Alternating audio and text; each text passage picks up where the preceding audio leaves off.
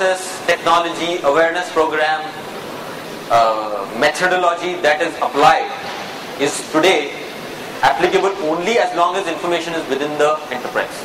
As soon as information goes out of the firewall, it's free for all. Then the only thing that protects that information is non-disclosure agreement, legal contracts and so on. And we all know how valuable NDAs are. So here is an example. I mean, just taken a screenshot which is relevant to the Indian context. This is a website called WikiLeaks.org, which claims to be the centralized repository of all leaked corporate information. Right? So just taking a couple of examples. So next time you want to have a look at an offshoring proposal, don't go to the lawyer. Go to this website, download it, do a replace, and there you have the document. Right? Or if you want to buy 60 airplanes from Airbus, don't work too hard. Here is a document, just download it, use it. There you go. Right? And this is something, and the brilliant part about this website, and I recommend that whenever next you get access to the internet, you have a look at this website. It's very nicely searchable, sortable information. So you can actually search based on the name of the company, based on the type of the document, the time of the document, the country, and so on. So next time, just have a look at the document. But my recommendation is that you sit and pray for 5 minutes before you visit this website, because you don't want to discover one of your documents here. So before we talk about how can we protect information, let's just quickly take a look at this life cycle of this information that we are trying to protect. Right? So information gets generated either in applications or on user desktops as documents, emails, and so on. Then it is stored in various locations, so desktops, laptops, servers, mobile phones, some of the things that Mahesh earlier referred to, the movable media and so on.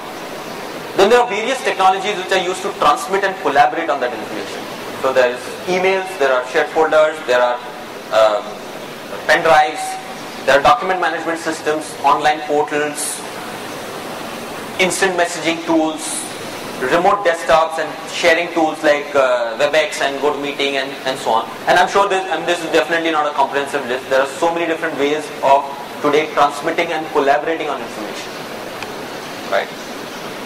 Then the information gets used. So typically when I say use, it's used by a human being on a device which has an interface. Again, desktops, laptops, phones. At some point of time in its life cycle, the information gets archived. So either the desktop or the mailbox or the server gets backed up and it gets deleted. Right? At some point of time, the information and its copies are all deleted. Now if you look at this life cycle of the information, this life cycle, even for something as simple as say a leave application, which might not be confidential information really, unless it's the Prime Minister of India. If you create a leave application, you send it to your line manager, he approves it, it gets sent to say the HR person, looks through it, makes some entry in an application, maybe there's a HRMS portal or something. Then this information actually goes to, let's say, a third-party payroll processing company. Right? It's a very simple process, not really dealing with confidential information, but there's a copy of the document lying on your desktop. There's a copy of that document lying on your outbox. There's a copy that is lying in the line manager's inbox. There's a copy that is lying on his desktop. There's a version in which he has approved the leave application that's again lying on his desktop. There's one copy again that is lying on his outbox, and so on. So if you look at the number of copies of that information and where all they are resident, it just multiplies even for something as simple as a leave application. Right? So when you look at this life cycle of the information, by the time the first copy of the information is created and all copies of it are deleted, it might be many years, sometimes decades. Because the information that you create today might be backed up, it might become a part of a backup or an archival system which might have its own policies and rules and so on. And if you look at this life cycle and different technologies that come in, which protect this information during the life cycle.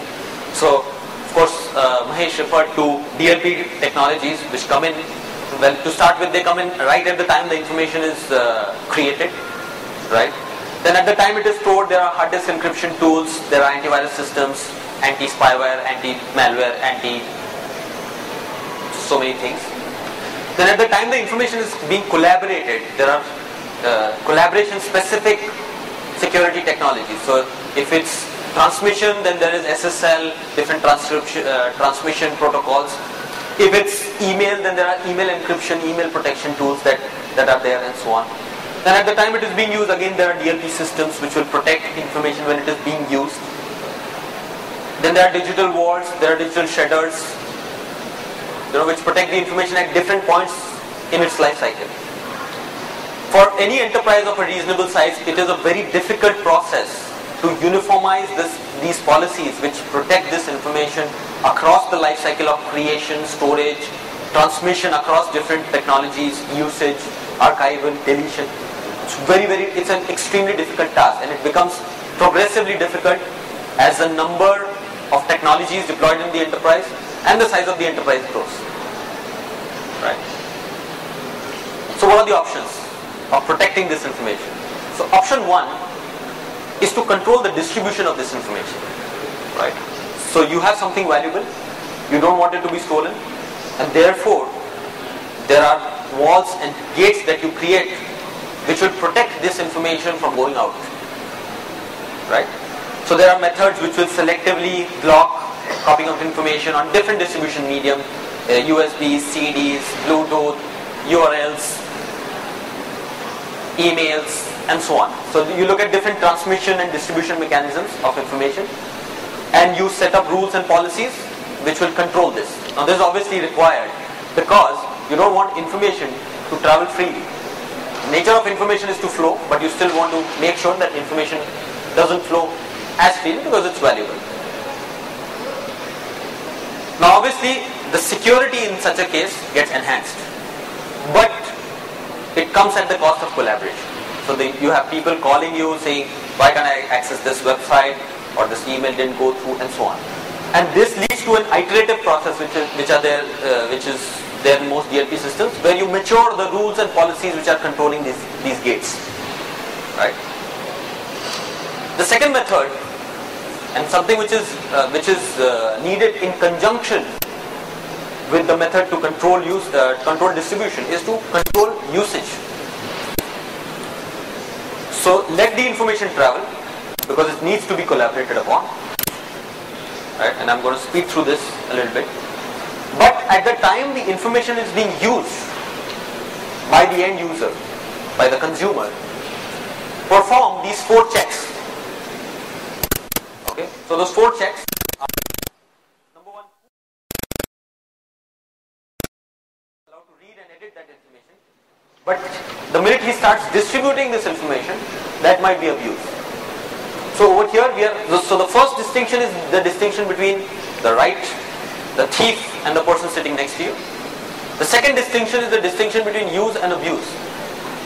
So for example, individual actions like viewing, editing, printing, copying, distributing, screen grabbing, different actions that you might want to do with the information, you can control.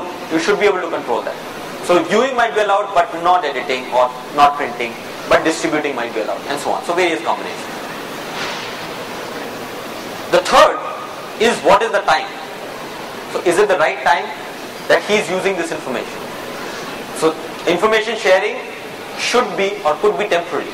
So I'm sending this information to my colleague for him to review and revert, and not to share with somebody else, and not to share it beyond 2 days.